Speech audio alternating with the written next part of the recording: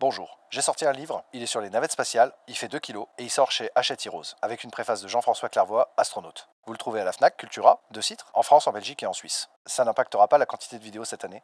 Hâte que vous le lisiez.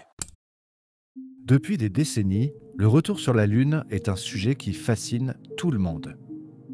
Après Apollo, la quasi-totalité des présidents américains ont essayé de financer un nouveau programme lunaire qui a toujours fini par être annulé par une crise financière ou l'arrivée de leur successeur à la Maison-Blanche. Mais depuis quelques années, la NASA le dit. On y retourne. Sauf que derrière les annonces et les beaux graphiques se cachent quelques problèmes. Aujourd'hui, on va parler d'un sujet qui me fait extrêmement peur, le retour des hommes sur la Lune avec Artemis, et comment ça prend une tournure particulièrement deep. Ce reportage enquête, qui a entièrement été écrit avec vous sur Twitch, est le fruit de dizaines d'heures de recherche et d'écriture. Pour tenir les longues nuits à éplucher les rapports de la NASA, j'ai la chance d'être accompagné du meilleur fournisseur d'énergie et d'hydratation, Oli. Oli, c'est une gamme complète de boissons en poudre et vendues en pot, ce qui permet à la fois de boire de façon saine, mais aussi réduire l'impact des déchets et l'utilisation de plastique. Par exemple, ma gamme préférée est Oli Energy, car je travaille beaucoup chaque jour de la semaine sur les vidéos, et que ces boissons me donnent la pêche pour la journée, sans sucre ni taurine, avec des antioxydants et plein de vitamines. Et il y a même des boissons véganes. C'est simple, ça fait 1 an que je ne bois que du Oli. Ce que j'aime particulièrement avec la gamme Energy, c'est la New Caf, une caféine cristallisée qui se diffuse plus régulièrement que la caféine normale et évite d'avoir un sursaut puis un crash d'énergie. Avec le code Stardust5, profitez de 5 € de réduction sur votre première commande et profitez du pack découverte avec des échantillons de plein de goûts des 3 gammes et un shaker. Et si, comme moi, vous ne pouvez plus vous en passer, utilisez le code Stardust pour profiter de 10% sur toute commande. Merci encore à Oli de soutenir la création en étant sponsor et fournisseur d'énergie. Le contexte d'Artemis. Alors, pour vous remettre un peu dans le contexte, bien sûr, aucun humain n'a remis les pieds sur la Lune depuis Apollo 17, donc depuis décembre 1972. En réalité, Apollo devait durer bien plus longtemps et emmener les humains jusqu'à Mars, si on écoutait le vice-président américain de l'époque, Spiro Agnew, sauf qu'Apollo a été tué très tôt et pour 2 raisons. Le désintérêt du public, qui ne s'intéressait plus aux missions Apollo après Apollo 11, et le contexte social et politique de l'époque, avec notamment la guerre du Vietnam, à financer. Le pic de financement de la NASA remonte à 1966 et 1967, une 50aine de milliards, avant que le budget ne s'effondre progressivement par la suite, descendant dans les 20 milliards par an et restant à peu près à ce niveau depuis lors. Ce qui est important de noter, c'est que le budget de la NASA ne sert pas qu'à financer les astronautes et les fusées. La NASA était à l'époque non seulement une agence de recherche, comparable au CNRS et au CNES ici en France, avec des développements en aéronautique, en biologie, mais concevait également ses lanceurs, ne laissant leur construction qu'aux sous-traitants, mais en gardant le contrôle de la recherche et du développement. Dans ce budget entraient aussi les sondes, les télescopes spatiaux, les rovers, les avions expérimentaux, etc. Et c'est toujours le cas aujourd'hui d'ailleurs. Bref, après Apollo, la NASA se retrouve avec des miettes, littéralement, et doit construire un programme spatial avec.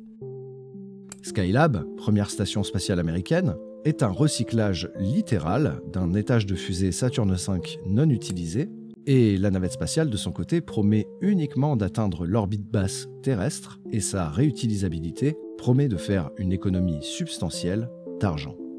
Spoiler, la navette, même si elle est réutilisable, elle sera beaucoup plus chère qu'une fusée classique, puisqu'on estime qu'un lancement coûtait environ 1,5 milliard de dollars en moyenne. Pour autant, les présidents américains n'oublient pas la Lune. La quasi-totalité des successeurs de Nixon promettront une suite plus ambitieuse à Apollo, mais les guerres et diverses crises économiques ne permettront jamais de financer suffisamment la NASA pour le mettre en place, sans parler du fait que le développement d'un tel programme prend des années, voire plusieurs décennies, ce qui n'est pas très compatible avec les mandats de 4 à 8 ans des présidents américains.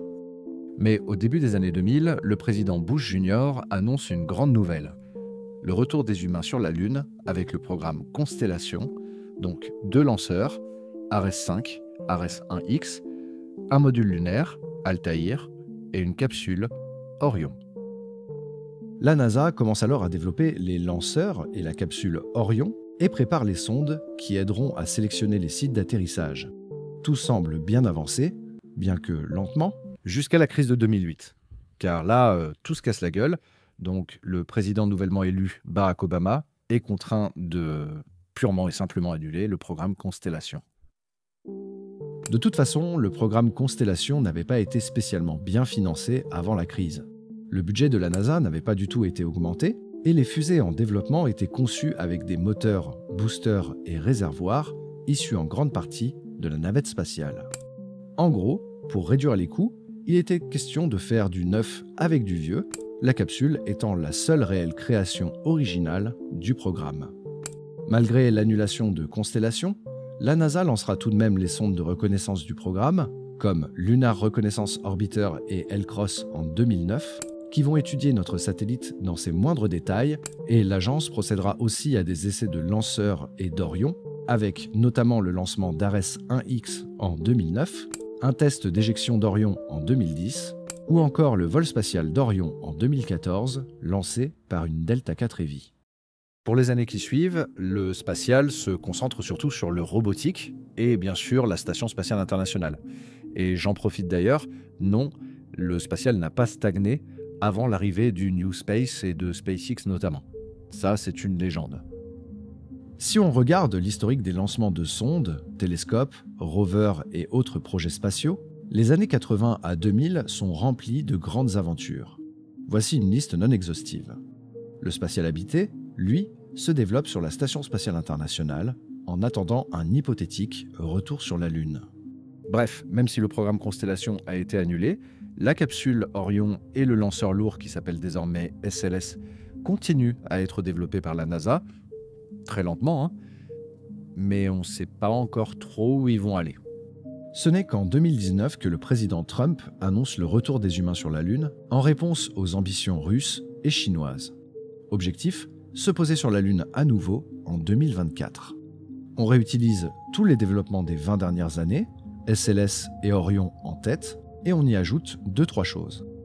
Pour autant, il est intéressant de noter que le budget de la NASA n'est pas augmenté du tout. L'agence va en revanche changer sa politique. Là où, lors d'Apollo, les sous-traitants réalisaient les différents composants des fusées et vaisseaux selon les plans et cahiers des charges de la NASA, les entreprises sélectionnées pour Artemis sont beaucoup plus libres dans leur choix et les contrats plus laxistes, de façon à négocier des prix les plus bas possibles.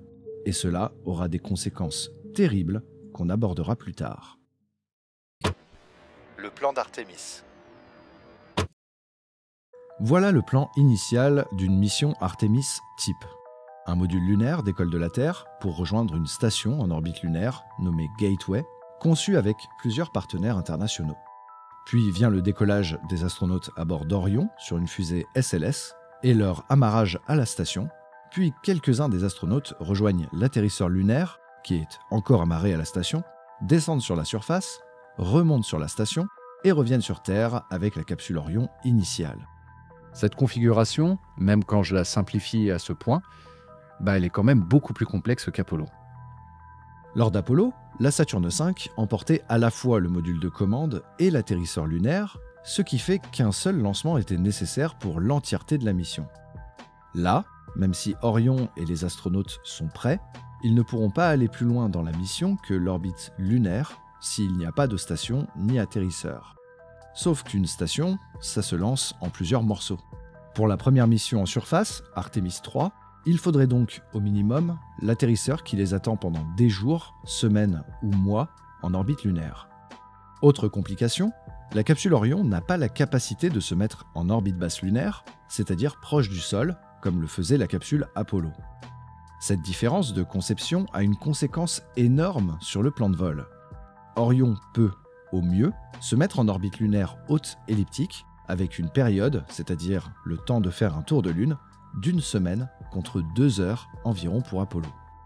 Alors ça n'a pas l'air comme ça, mais tout ce que je vous dis là va avoir des conséquences énormes sur la suite. Ce plan implique plusieurs contraintes pour les entreprises qui seront choisies pour réaliser la station et le module lunaire. D'abord, vu que l'atterrisseur doit attendre que les astronautes décollent de la Terre et que la météo et d'autres problèmes peuvent retarder ce lancement, il devra être capable de tenir au moins 90 jours en orbite lunaire sans perdre trop de carburant. Aussi, la station devra se rendre en orbite lunaire et être assemblée là-bas, ce qui implique de concevoir des étages de propulsion capables d'amener ces modules autour de la Lune et les assembler. Technologiquement, tout cela n'est pas si compliqué à réaliser, mais la NASA a toujours ce problème de budget, ce qui va l'obliger à négocier des contrats les plus bas possibles.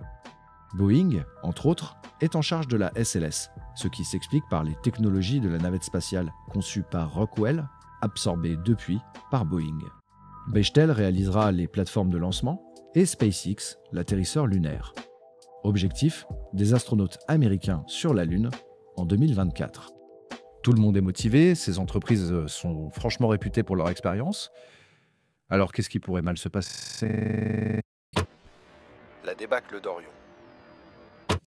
Le 16 novembre 2022, la première mission du programme Artemis décolle de Floride.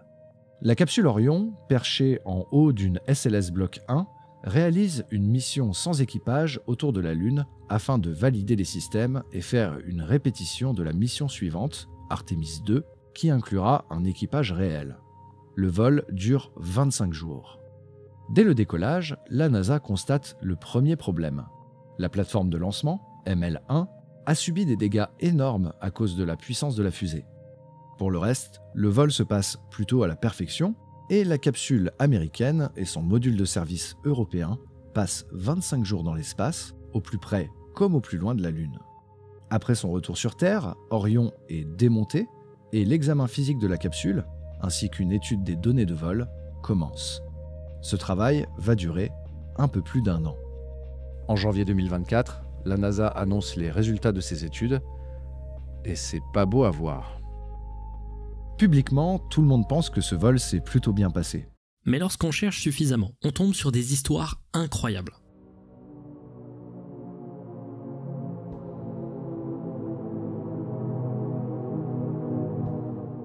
Concernant le bouclier thermique, la NASA a identifié 100 zones beaucoup plus endommagées que prévu par la rentrée atmosphérique. Lors de celle-ci, le vaisseau spatial a atteint des vitesses de près de 40 000 km/h et a supporté des températures d'environ la moitié de la chaleur de la surface du Soleil, soit près de 2700 degrés Celsius. On peut voir sur les images de la rentrée que le bouclier s'effrite bien plus que prévu. Selon l'étude de cette rentrée, même si aucun de ces fragments n'a touché ou menacé l'intégrité de la capsule, la NASA n'exclut pas que certains auraient pu frapper le compartiment abritant les parachutes, les rendant hors service. C'est pourquoi la NASA cherche actuellement des solutions pour le rendre plus robuste et donc moins friable, une solution qui aurait dû être trouvée et rendue publique le 30 juin dernier et qu'on attend toujours à l'heure où j'écris ces lignes, à la fin du mois d'octobre, à moins d'1 an du lancement prévu d'Artemis 2. On va descendre encore plus profond dans des trucs qui sont difficilement considérables comme Sécuritaire. Lors de la séparation d'Orion avec le module de service européen puis la rentrée atmosphérique, 3 des 4 boulons de séparation ont en partie fondu et se sont érodés, créant des interstices et présentant un potentiel risque de sécurité. En effet, des gaz chauds pourraient alors rentrer par ces interstices et se loger entre le bouclier et la capsule, ce qui pourrait purement et simplement détruire Orion et tuer l'équipage. Le truc, c'est que tant que les problèmes du bouclier ne seront pas résolus, il sera impossible pour la NASA de tester des solutions pour l'érosion des boulons de séparation. Comme pour le problème précédent, une réponse était attendue il y a plusieurs mois et l'inspection générale de la NASA attend toujours, comme nous. Pour en terminer avec la capsule et son module de service, la NASA a enregistré, durant les 25 jours de vol d'Artemis 1, 24 fois où l'électricité a purement et simplement disjoncté à l'intérieur d'Orion. Ce problème, considéré comme acceptable par la NASA, pose également un risque élevé pour l'équipage. Selon l'inspection générale, bien que la NASA ait déterminé que les radiations étaient la cause principale et qu'elle apporte des modifications logicielles et développe des solutions opérationnelles pour Artemis 2, sans une solution matérielle permanente, le risque que de nouvelles anomalies de distribution d'énergie surviennent augmente, ce qui pourrait entraîner une perte de redondance, une alimentation inadéquate et potentiellement une perte de propulsion et de pressurisation du vaisseau.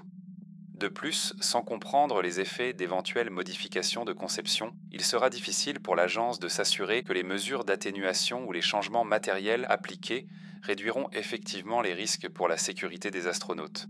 Le programme Orion a accepté ce risque accru pour Artemis II. Beaucoup d'autres problèmes impactent la capsule et c'est des problèmes qui peuvent causer des morts si on fait rien. Vraiment. En effet, aucun autre vol d'essai d'Orion sans équipage n'est prévu. La NASA lancera Artemis II avec ses 4 astronautes et des modifications importantes sur des composants clés sans les avoir testés dans l'espace auparavant. Or, il est plutôt courant que l'environnement spatial génère des problèmes qui ne se présentent pas lors de tests au sol.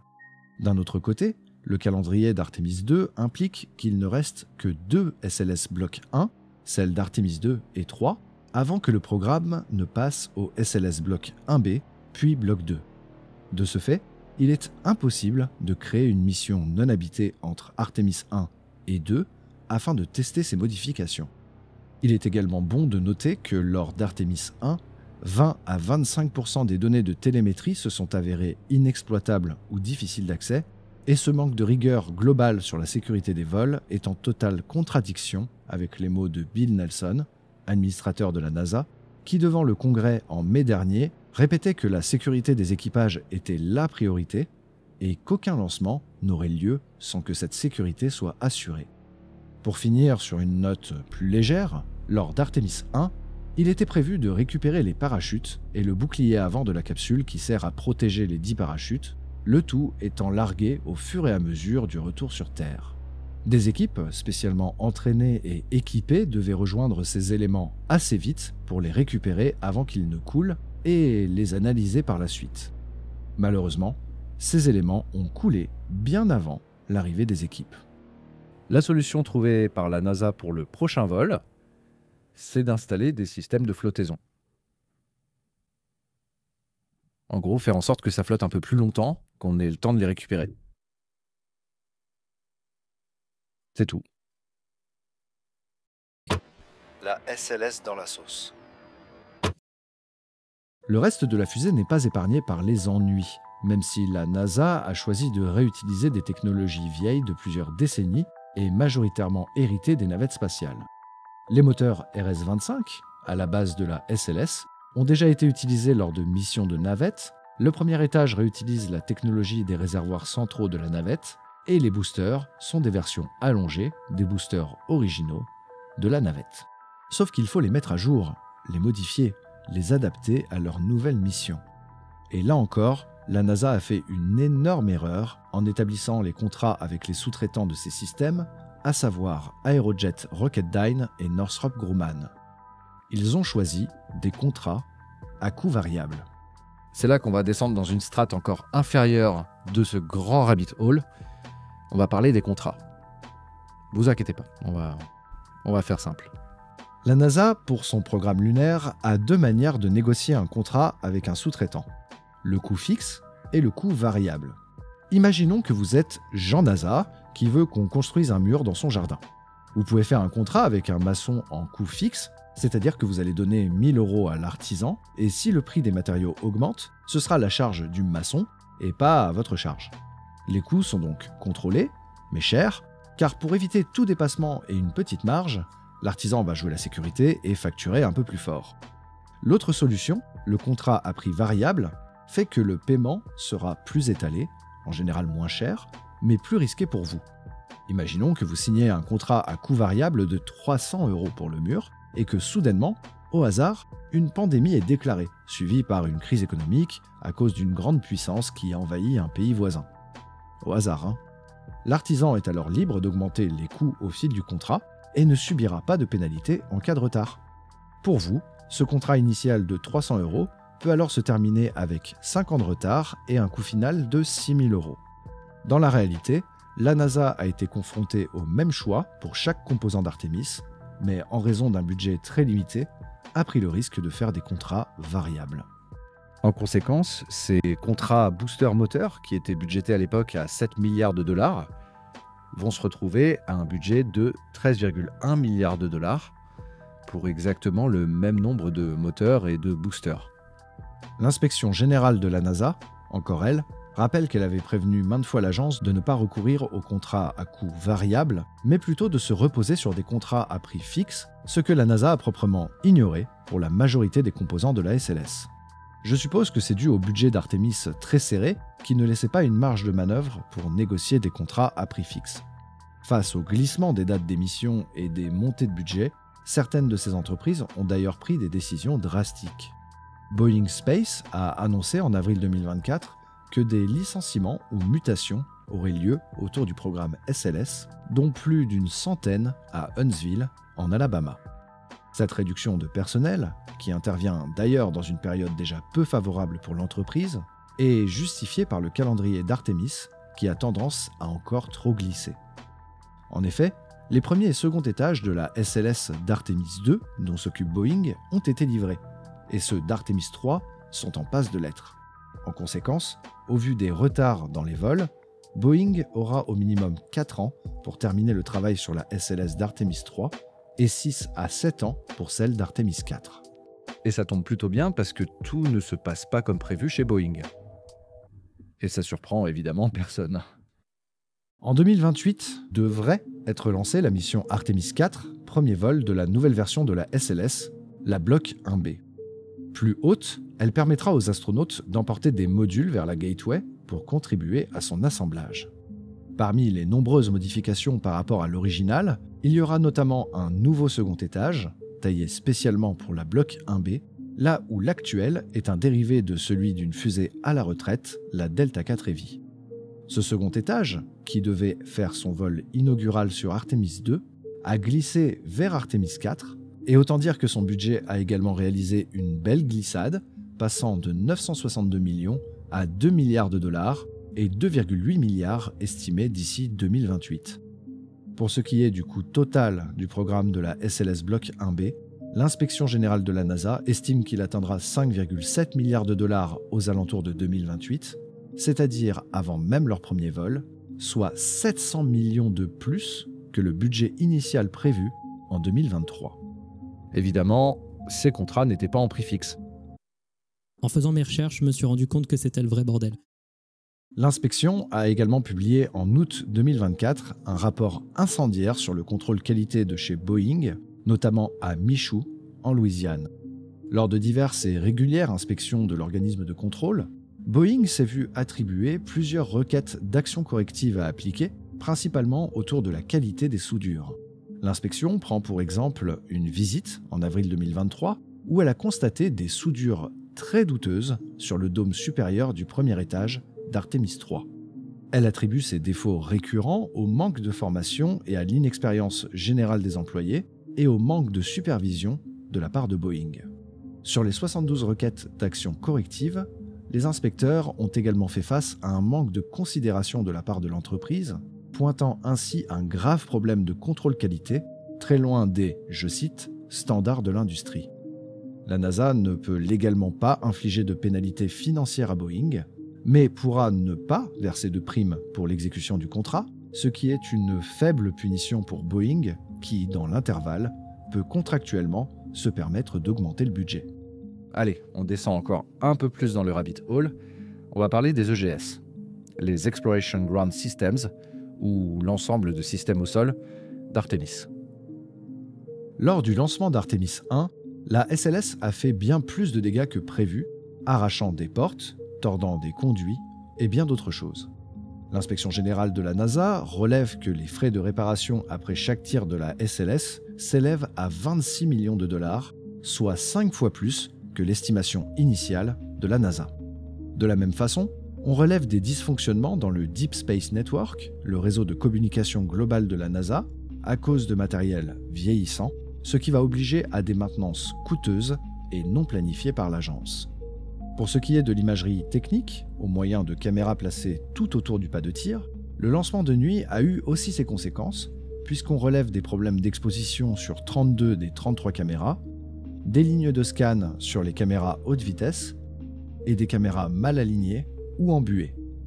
En conséquence, certaines vues, cruciales pour l'étude du lancement par les techniciens et ingénieurs, n'ont pas pu être exploitées.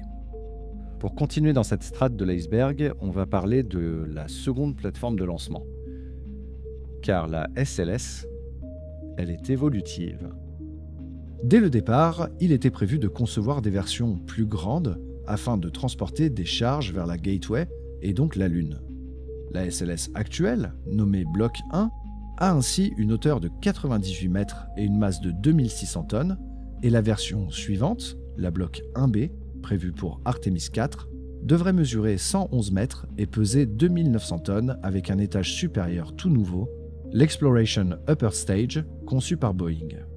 Évidemment, qui dit fusée plus haute et plus puissante, dit plateforme de lancement plus haute et plus résistante. En juin 2019, la NASA missionne donc la société Bechtel pour construire cette seconde plateforme de lancement, nommée ML2, pour un montant de 383 millions de dollars et une date de livraison estimée à mars 2023. En comparaison, la première plateforme a été conçue par 5 entreprises avec un mélange de coûts fixes et coûts variables. Sauf que ce contrat ML2, négocié par la NASA à coût variable avec prime, va voir son budget et son temps de livraison fortement augmenter, ce qui est une habitude pour Bechtel, entreprise connue pour ses problèmes de ponctualité, notamment avec l'aéroport du Qatar ou la ligne de métro de Vauxhall à Londres. Les décideurs ont donc pris le risque de prendre des contrats à coût variable avec le fournisseur le moins cher possible, et ça a fait que ML2 a maintenant des dépassements de budget et de calendrier absolument astronomiques. Bizarrement, au fil des années, Bechtel a reçu plusieurs millions de primes de la part de la NASA, alors même que le budget final de ML2 et sa date de livraison estimée ne cessaient d'augmenter.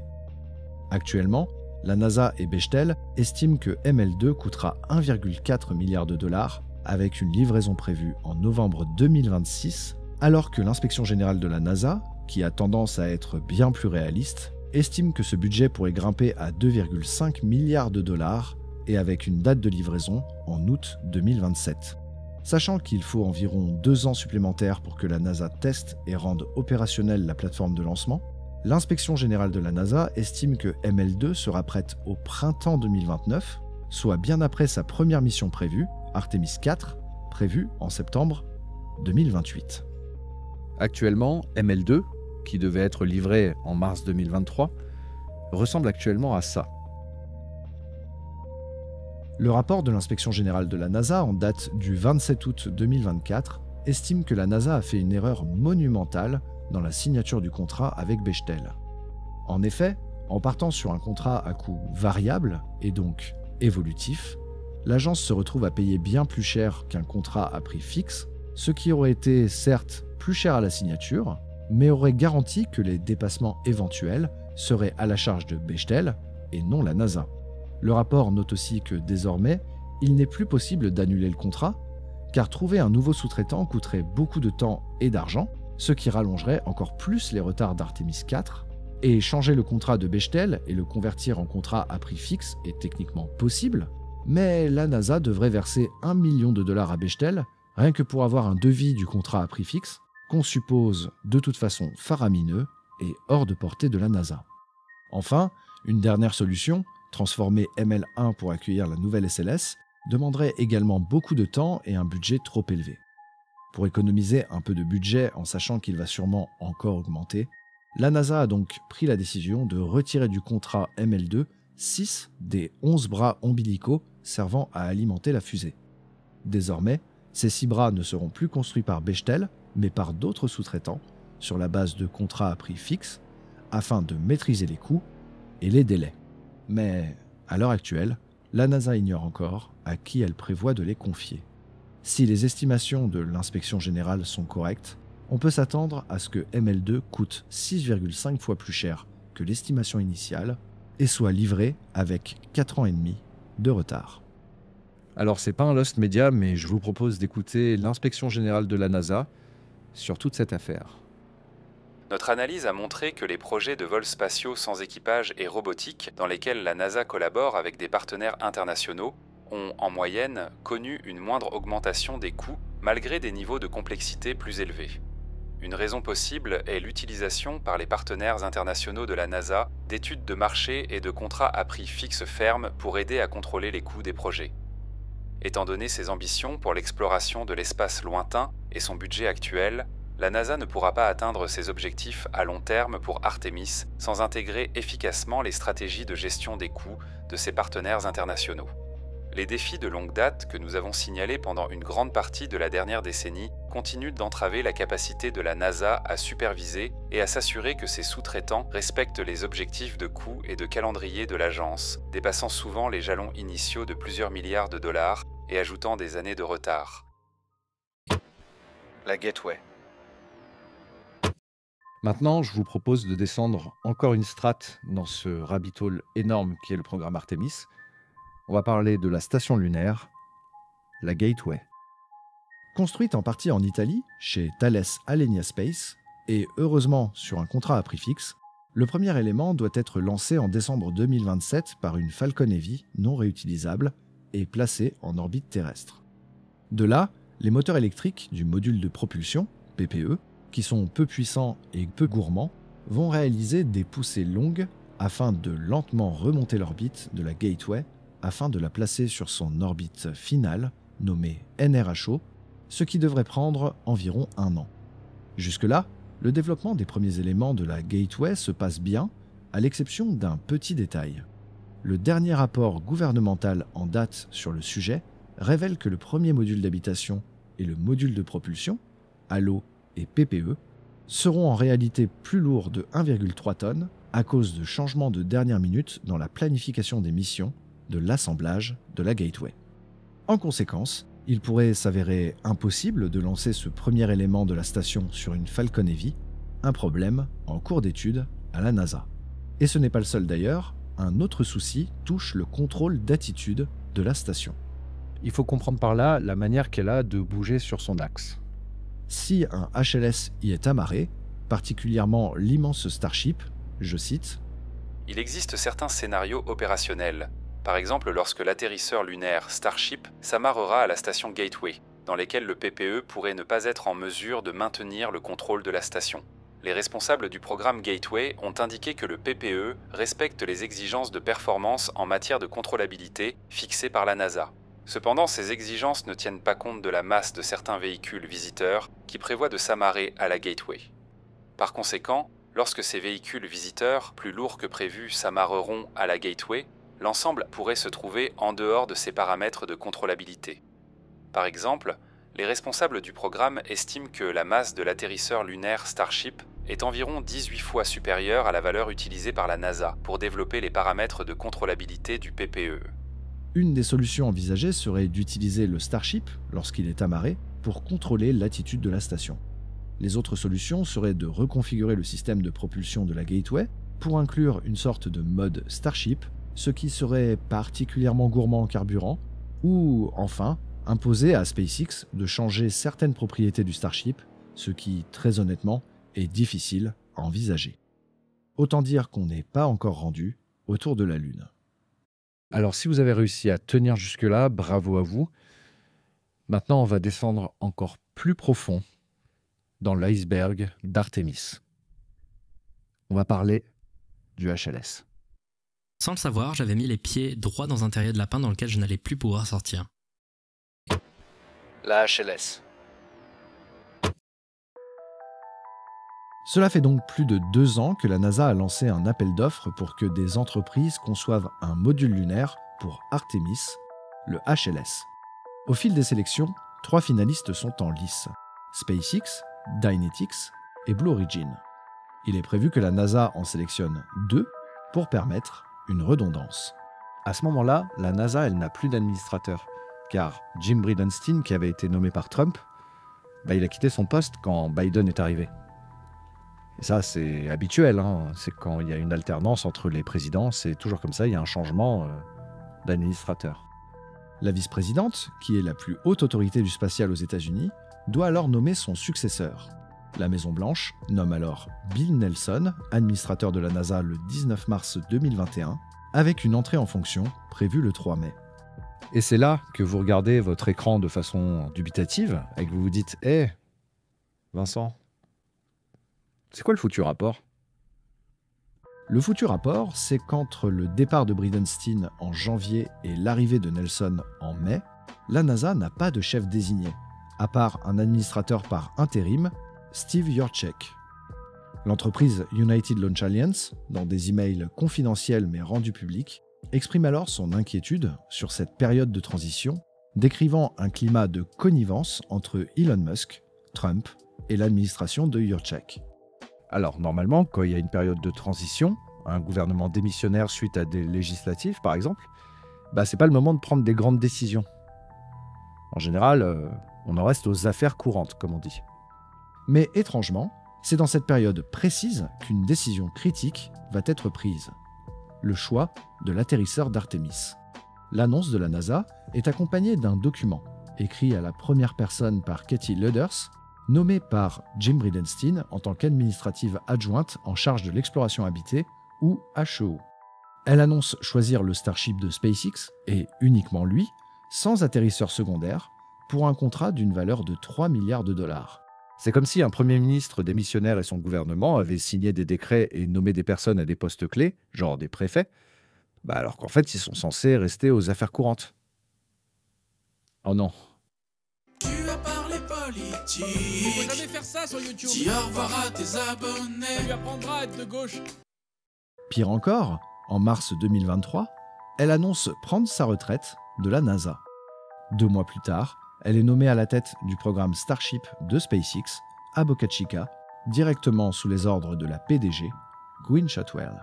Cette déclaration de sélection documente mon analyse et mon jugement indépendant en tant qu'autorité de sélection des sources et constitue ma décision finale sur cette question. Alors je sais pas vous, mais je trouve que l'enchaînement de ces événements est très suspect. En tout cas, ça a beaucoup été discuté sur Reddit. Imaginez le nombre de trucs qui nous est caché. Quoi qu'il en soit, si ça se trouve, sa décision était la bonne. Plongeons-nous donc dans son document de 24 pages détaillant le processus de sélection et la méthodologie. Ce qu'il faut savoir, c'est que Blue Origin a présenté à la NASA en août 2020 une maquette à l'échelle de son module lunaire, Blue Moon, permettant aux astronautes et ingénieurs de la NASA de voir à quoi ressemblera l'intérieur et l'extérieur du vaisseau. De la même façon, Dynetics a aussi présenté une maquette complète de son atterrisseur à la NASA. En revanche, SpaceX n'a délivré à la NASA aucun plan intérieur ni aucune maquette de son Starship lunaire, ne montrant que les essais de son élévateur câblé permettant de descendre les astronautes à la surface de la Lune. Dans son rapport, pourtant, SpaceX est considéré à la fois comme techniquement impeccable et avec une excellente gestion. C'est assez surprenant quand on sait que la firme est célèbre pour ses conditions de travail difficiles, forçant les employés à user de puissants médicaments pour tenir face aux 60 à 80 heures de travail par semaine, les bas salaires et le licenciement systématique s'ils tentent de créer un syndicat ou se plaignent de la situation. Une politique qui a mené à plusieurs décès et un nombre élevé d'accidents du travail. Cette politique est d'ailleurs toujours en place chez SpaceX, ce qui n'est pas le cas des autres entreprises concurrentes, ce qui explique en grande partie leur compétitivité en termes de coûts de lancement. Dans une enquête très fournie de Reuters, les journalistes pointent du doigt le taux d'accidents chez SpaceX 6 fois supérieur à la moyenne nationale du secteur spatial. Une nuit venteuse de juin 2014, à l'installation de SpaceX à McGregor, au Texas, Lonnie Leblanc et ses collègues ont réalisé qu'ils avaient un problème. Ils devaient transporter de l'isolant en mousse jusqu'au hangar principal de la compagnie, mais n'avaient pas de sangle pour sécuriser la cargaison. Leblanc, un employé relativement nouveau, a proposé une solution pour maintenir la charge. Il s'est assis dessus. Après le départ du camion, une rafale de vent a emporté Leblanc et l'isolant hors de la remorque, le projetant tête la première contre le sol. Leblanc, âgé de 38 ans, a été déclaré mort sur place des suites d'un traumatisme crânien. Les inspecteurs fédéraux de l'administration de la sécurité et de la santé au travail des États-Unis, OSHA, ont ensuite déterminé que SpaceX n'avait pas protégé Leblanc contre un danger évident. Les collègues de Leblanc ont déclaré à l'OSHA que SpaceX n'avait pas d'accès pratique au dispositif d'arrimage et aucun processus ni supervision pour la gestion de telles charges. 4 employees said the CEO, on his visits to a California rocket factory, sometimes played with a novelty flamethrower that shoots a thick flame 5 or 10 feet long.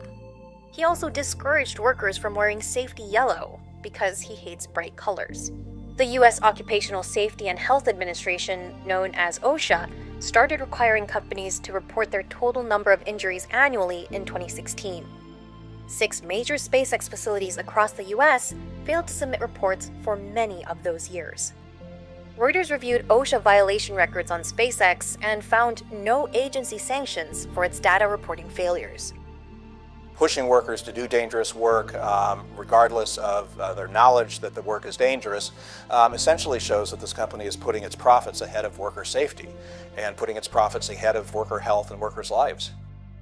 À travers des entretiens et des documents gouvernementaux, Reuters a documenté au moins 600 blessures de travailleurs de SpaceX depuis 2014. Beaucoup étaient graves ou invalidantes. Les rapports incluaient plus de 100 travailleurs ayant subi des coupures ou lacérations, 29 avec des os cassés ou des dislocations, 17 dont les mains ou les doigts avaient été écrasés, et 9 avec des blessures à la tête, y compris une fracture du crâne, 4 commotions cérébrales et une lésion cérébrale traumatique. Les cas comprenaient également 5 brûlures, 5 électrocutions, 8 accidents ayant entraîné des amputations, 12 blessures impliquant plusieurs parties du corps non spécifiées et 7 travailleurs ayant des blessures oculaires. D'autres étaient relativement mineurs, avec plus de 170 rapports d'entorse ou de foulure. Les incidents et accidents continuent d'ailleurs aujourd'hui. Des employés de SpaceX à Brownsville ont pris de l'Adderall sans ordonnance et certains s'endormaient dans les toilettes. Pour accélérer la production et réduire les coûts, SpaceX a fabriqué des fusées dans des tentes près d'une plage du golfe du Mexique. Les ouvriers soudaient des pièces de fusée jusqu'à 12 heures par jour, 6 jours par semaine, sous des températures dépassant 38 degrés Celsius. En cas de malaise dû à la chaleur, ils recevaient des fluides par intraveineuse avant de retourner au travail. Lorsque des vents violents perturbaient les travaux, les superviseurs fermaient les tentes, coupant ainsi la ventilation nécessaire pour un soudage sécurisé. Nous pouvions voir les nuages de poussière remplir la tente, se souvient Philippe Frodge, un ancien soudeur. Tout le monde l'a respiré, jour après jour. Frodge a demandé des masques respiratoires pour protéger leurs poumons, mais ils n'ont pas été fournis. Tout cela ne semble pas émouvoir Cathy Leders dans son rapport. Je reconnais l'approche de SpaceX qui consiste à exploiter son vaste réservoir de personnel et d'expertise, son expérience préalable en gestion de programme, ainsi que les leçons tirées de ces expériences que SpaceX mettra à profit dans sa gestion du programme HLS. Le 18 janvier de l'année dernière, une partie d'un moteur Raptor V2 s'est détachée lors d'un test de pression dans les installations de SpaceX à Hawthorne, en Californie. La pièce, un couvercle de l'assemblage du contrôleur de carburant, a percuté la tête de Cabada, un technicien de SpaceX. Près de 2 ans plus tard, le père de 3 jeunes enfants est toujours dans le coma avec un trou dans le crâne, ont déclaré des membres de sa famille. Cathy Leders évalue donc SpaceX et Blue Origin comme très bons sur le plan technique, mais du côté managérial, Blue Origin est noté très bon et SpaceX excellent. L'autre point, c'est le prix. Dynetics a demandé 9 milliards, Blue Origin 6 milliards et 3 milliards pour SpaceX.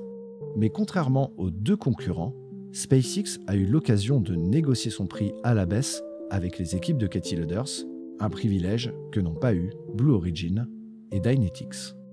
Bien qu'il reste dans l'intérêt de l'agence de maintenir un environnement concurrentiel, aux prix initiaux et aux phases de paiement par étapes proposées par chacune des entreprises, le budget de l'exercice fiscal actuel de la NASA ne permettait pas de soutenir une seule attribution de l'option A. En coordination étroite avec l'officier contractant, j'ai donc déterminé que la NASA devait, en première étape, ouvrir des négociations sur le prix avec l'entreprise de l'option A, qui est à la fois très bien notée sur les plans techniques et de gestion, et qui avait également, de loin, le prix initialement proposé le plus bas, SpaceX. L'officier contractant a ainsi ouvert des négociations sur le prix avec SpaceX le 2 avril 2021. Le gouvernement a informé SpaceX qu'il était autorisé à modifier certains aspects de sa proposition liés au prix et aux étapes. On sait aujourd'hui que SpaceX a déjà utilisé le budget accordé par la NASA sur le développement du HLS, et les documents comptables et les levées de fonds de SpaceX au fil des années montrent que le budget de Blue Origin, demandant 6 milliards, était tout à fait réaliste et que SpaceX a fait une offre à perte. Évidemment, face à ces décisions, ça a beaucoup discuté et Blue Origin et Dynetics ont protesté, puisque à la base, 2 atterrisseurs devaient être choisis et que, au final, il n'y a eu que SpaceX. Cela va aller jusqu'au tribunal, puisqu'on comprend que ce choix d'une seule entreprise a été motivé par la baisse soudaine des budgets de la NASA pour Artemis, décidée au lendemain de la démission de Bridenstine, et que l'information de cette baisse soudaine n'a été discutée qu'entre la NASA et SpaceX. Alors, je ne vais pas entrer dans les détails des documents juridiques parce que la moitié est caviardée. Déjà, même si c'est lié avec le sujet dont on va parler, ça ne l'est qu'un peu. Et aussi, c'est un véritable rabbit hole. Il y a plein de gens qui ont essayé d'en parler. On parle de gens qui sont tombés dans la drogue, qui encore aujourd'hui sont traumatisés. C'est beaucoup. Voilà. C'est beaucoup. Mais vous trouverez les infos en description si jamais vous avez la motivation pour vous plonger dans le juridique et peut-être essayer de savoir ce qu'il y a derrière ces phrases caviardées. Après tout, c'est des sortes de lost media. Le choix du Starship comme module lunaire est aussi étrange pour plusieurs autres raisons. D'abord, contrairement à celui de Blue Origin, le Starship a besoin de beaucoup de ravitaillement dans l'espace. Or, cette technologie n'existe pas et n'a jamais été réalisée jusque-là. Pire encore, lorsque la NASA choisit le Starship, ni le grand public ni l'agence ne savent combien de ravitaillements seront nécessaires pour permettre à un Starship de se rendre en orbite lunaire. Il faudra attendre 2024, soit plus de 3 ans, pour que SpaceX annonce un nombre approximatif et non définitif de 15 ravitaillements, impliquant un lancement environ tous les 12 jours. C'est le truc qui m'a fait vriller. Il est là. C'est le truc principal qui m'a fait vriller. Ce chiffre.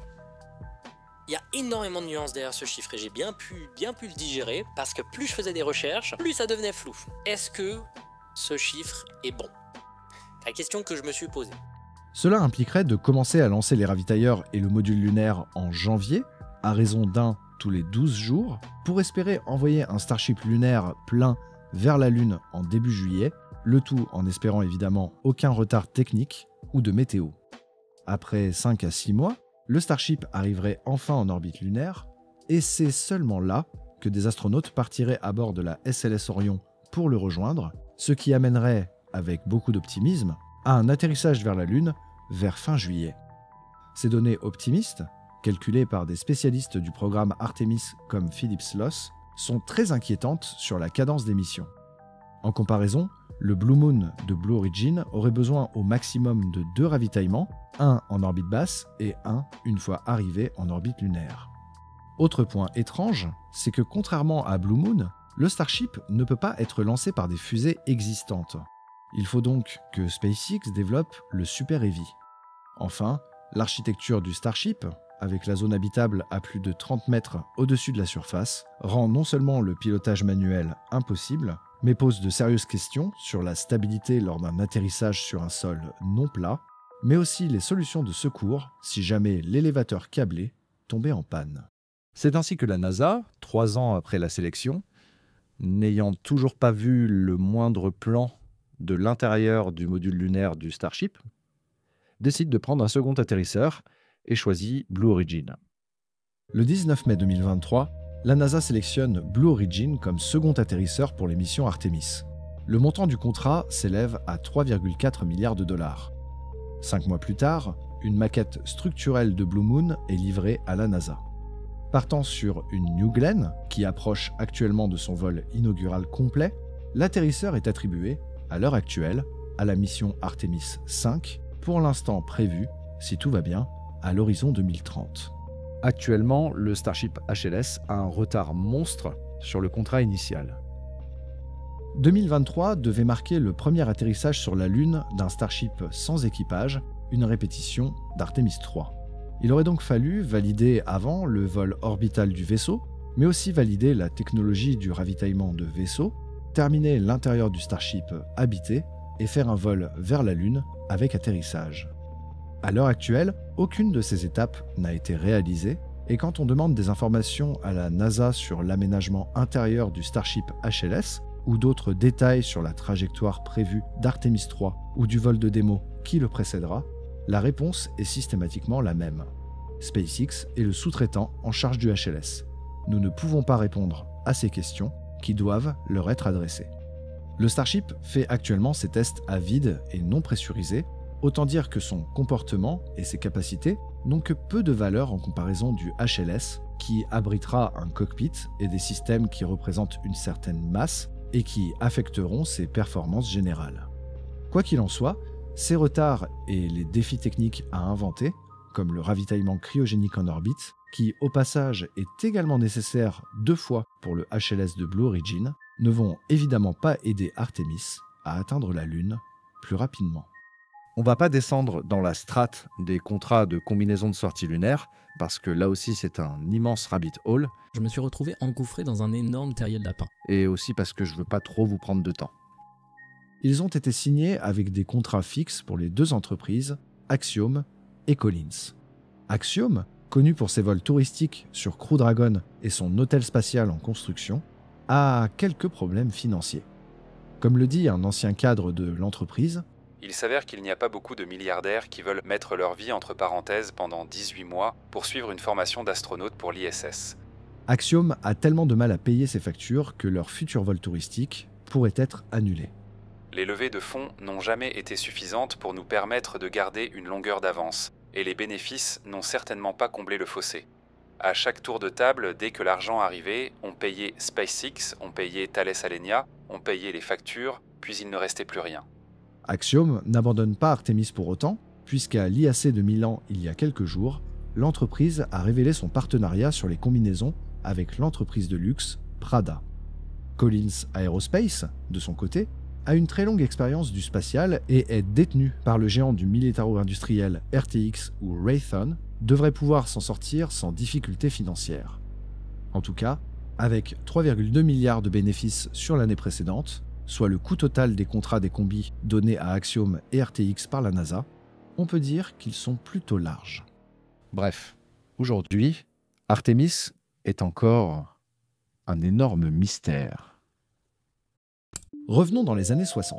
Lors du programme Apollo, la communication de la NASA est parfaitement transparente auprès du grand public. Chaque trimestre, l'agence publie un film, un Quarterly Report, qui documente tous les progrès de toutes les composantes de la Saturn V et du programme Apollo en général. On y trouve, par exemple, l'avancée sur les soudures du S1C d'Apollo 11 ou les tests sur banc d'essai des moteurs F1.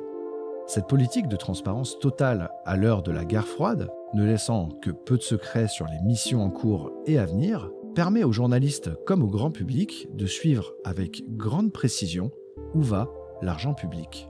Cette démarche s'inscrit dans la mission de service public de la NASA, à savoir la mise à disposition de brevets, d'images et de plans dans le domaine public, ce qui est toujours le cas aujourd'hui. Mais depuis les débuts du programme Artemis, on constate que l'agence a drastiquement changé sa manière de communiquer sur les avancées des missions. Cela se reflète particulièrement lors des conférences de presse où la NASA a tendance à éviter de répondre pleinement aux questions et ne publie plus aucune information détaillée sur les travaux en cours. On peut prendre l'exemple de l'ennui de bouclier thermique d'Artemis 1 évoqué plus tôt, dont la solution devait être trouvée et communiquée publiquement en avril 2024 et qui, à ce jour, n'a été ni communiquée ni appliquée pour Artemis 2. Quand des journalistes spécialisés comme l'excellent Philip Sloss posent la question à la NASA, aucune réponse claire n'est donnée. Il en va de même pour Artemis 3 et les détails du déroulé de la mission, qui pour l'instant restent flous malgré les nombreuses requêtes de journalistes, l'agence les renvoyant systématiquement vers SpaceX pour toute demande sur le déroulé des vols du HLS, alors même que SpaceX s'avère mutique sur le sujet. Philip Sloss, dont je recommande la chaîne, il a que 2000 abonnés, vous vous rendez compte ? Il y a des chaînes qui sont générées par des IA, tenues par des IA, avec des images qui sont générées par des IA, qui ne font parler que de crypto et d'Elon Musk, et qui ont 200 000, 300 000 abonnés, qui font 100 000 vues. Lui n'a que 2000 abonnés. Alors qu'il fait un travail monstre, un travail de service public. Pour nous qui payons ce programme avec nos impôts, je vous le rappelle, vous aussi. Philip Sloss fait donc un travail de fourmi pour décrypter au mieux et presque chaque semaine l'avancée du programme Artemis dans son ensemble, en décortiquant les rapports, budgets, en analysant les photos et bien sûr en essayant de tirer les vers du nez de la NASA. Ces zones d'ombre seraient acceptables si elles concernaient des missions lointaines, comme Artemis 6 ou 7. Mais des interrogations très importantes subsistent pour Artemis 2 par exemple, prévues pour dans moins d'1 an. Et ce n'est pas uniquement la NASA qui refuserait de communiquer ces détails pour ne pas s'engager, mais aussi parfois, on le sait, car elle ignore ce que ces entreprises sous-traitantes savent. Ça se reflète notamment avec les phases de validation du HLS Starship. Dans une vidéo récente de Smarter Everyday, où il s'adresse à un parterre d'ingénieurs travaillant sur le programme Artemis, il met en lumière le fait que la NASA elle-même ignore des caractéristiques clés du retour sur la Lune. Sa vidéo, que je vous conseille fortement et qui n'a pas tellement vieilli, même si elle date d'il y a 1 an, soulève aussi pas mal de questions sur la complexité des missions Artemis en comparaison du programme Apollo. We're going to do it, right? We're going? Let's look at how they did it. So this is the mission for Apollo. Okay? Left Earth, circularized, left, went out to LLO, went down, ascent stage, come back up. You know, there's some rendezvous action in there. Come home, right? That's what they did. Here's Artemis 3. Let's look at this. Remember the part about saying the truth earlier? What do you guys think about this? It's different. A very wise, politically savvy engineer. Je le dirai jamais assez, mais allez voir sa vidéo. Vraiment, elle dure 1 heure. Donc si vous avez encore 1 heure à perdre et que vous voulez vraiment descendre encore plus dans les profondeurs de cet iceberg, allez-y, allez voir sa vidéo. Dedans, il y présente un document de la NASA, disponible sur WikiArchive, écrit par des personnes clés du programme Apollo, et qui détaille la philosophie qu'ils avaient et qui leur a permis de créer un programme lunaire simple, efficace, et qui, en un seul lancement, permettait d'amener sur la Lune 2 astronautes, ce qui est le même résultat que les missions Artemis prévues. How many rockets do we have to do that with? And they're like, 6. And then I start, because I know people, I start calling people. I was like, dude, really, how many rockets is it? They're like, well, boil off. And okay, so I was like, some people were like, well, it's looking like 8. I was like, 8 rockets? We have to fire 8 rockets to fire 1 rocket to the moon? And then they're like, I mean, that's what they're saying, but it's probably more like 12. Really? And then I was like, you know, I'm an engineer. I know how to do this stuff. So I started to account for like nominal schedule slip and boil off. And this is how many rockets it's going to take to fuel up that thing to get it to the moon. I've done the math. If you had any questions, I'm joking. In the bottom right, that's how many rockets went to the moon and landed for Apollo, for all of Apollo. And I'll take you back to this chart. So the question is this smart? And now's the time where people are scared to talk again. Et comme vous le voyez dans cette conférence, le public d'ingénieurs n'ose pas dire un mot ou critiquer le plan. Are we building that level of redundancy into today's systems? Go look at the documents. This is a real thing.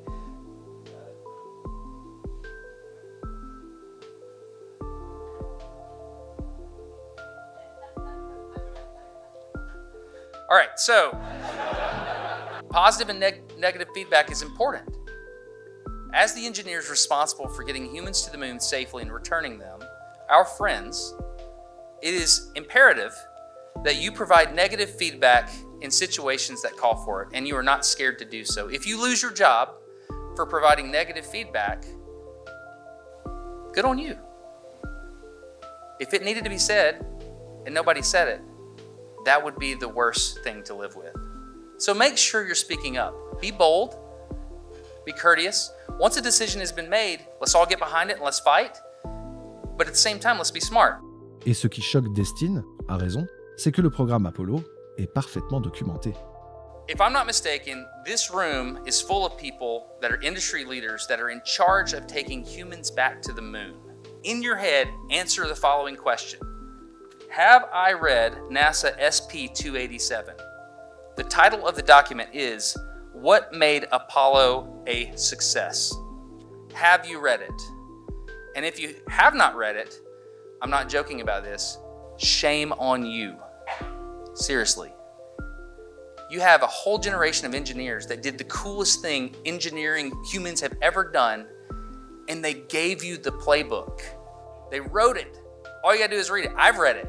I'm not even in your food chain. I read this thing. Imagine the scoreboard. You've got the people that actually went to the moon. If they handed you the playbook and they're like, hey, this is how you do it. This is the key. It seems pretty important.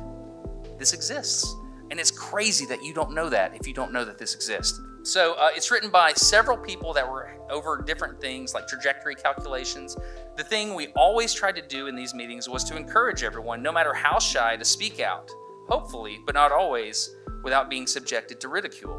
But I don't know, a lot of people are scared to talk today.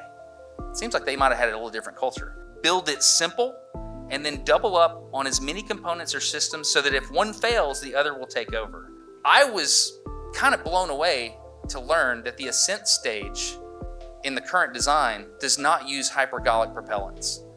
That blew my mind. I was like, wait, so we're going up there and we gotta ignite this, but hypergols always work. You make them touch and they go boom. That's how it works. Conclusion. Dans le scénario le plus optimiste, et vraiment il est très optimiste, les missions Apollo 10, 11, 12, 13, 14, 15, 16 et 17 se seront succédées dans une période à peine plus longue que Artemis 1 et Artemis 2. Ça vous terrifie pas, ça? La NASA a choisi une toute nouvelle philosophie pour le retour sur la Lune. Avec un budget très limité, elle a été contrainte de faire des choix qui l'engageaient sur un minimum de dépenses, en réutilisant des concepts et vaisseaux du programme Constellation, lui-même un recyclage des technologies de la navette spatiale. Le bon sens aurait voulu que cela représente une économie substantielle dans les coûts de développement, mais aussi les coûts de production, en utilisant des moteurs qui ont déjà volé dans l'espace avec les navettes. Mais dans la réalité, il s'avère que la réutilisation de technologies d'un programme non conçu pour des vols lunaires et l'établissement de contrats à coût variable, en prenant le pari que le budget des sous-traitants n'augmentera pas, a forcé la NASA à créer une nouvelle philosophie pour Artemis, bien plus complexe et dont le budget explose au point que l'agence, faute de recevoir plus de budget global, pourrait être contrainte d'annuler des missions d'exploration scientifique interplanétaire, comprenez de sondes, pour rediriger les fonds vers Artemis. Il est fort à parier que le grand gagnant de cette stratégie américaine soit finalement la Chine, qui, en y mettant évidemment le budget et en partant sur des bases beaucoup plus simples, pourrait battre Artemis. Mais n'oublions pas que cette course à la Lune n'est pas pour la médaille d'or, mais pour la médaille d'argent. Cette compétition n'est pas pour décider qui sera la première nation sur la Lune, puisque cela a été réalisé il y a plus de 50 ans. Au final, qu'Artemis réussisse ou pas, la morale sera peut-être: Keep it simple as you can make it and accomplish the mission. That's what we should be doing. We should make it as simple as possible.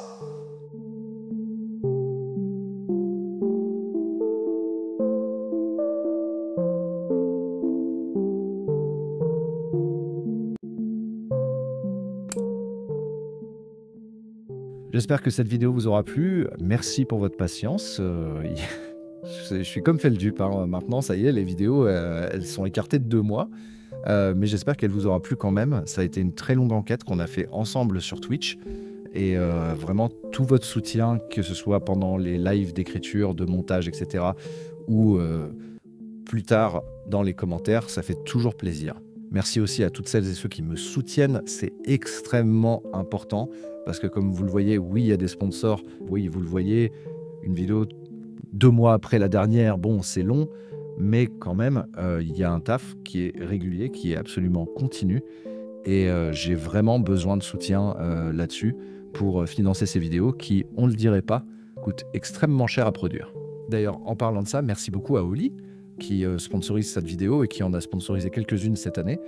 Ça a été un vrai plaisir de travailler avec eux cette année. En plus, vraiment, je ne fais que boire du Oli et ça m'aide, vous imaginez pas à quel point, pour avoir de l'énergie, parce que je peux vous dire que les journées que je fais en ce moment, c'est une dinguerie. Et du coup, je vous rappelle leur code, c'est Stardust5 pour votre première commande. Par exemple, un pack découverte avec un shaker. Franchement, le pack découverte, c'est nickel pour découvrir. C'est pour ça que ça s'appelle Pack Découverte, d'ailleurs.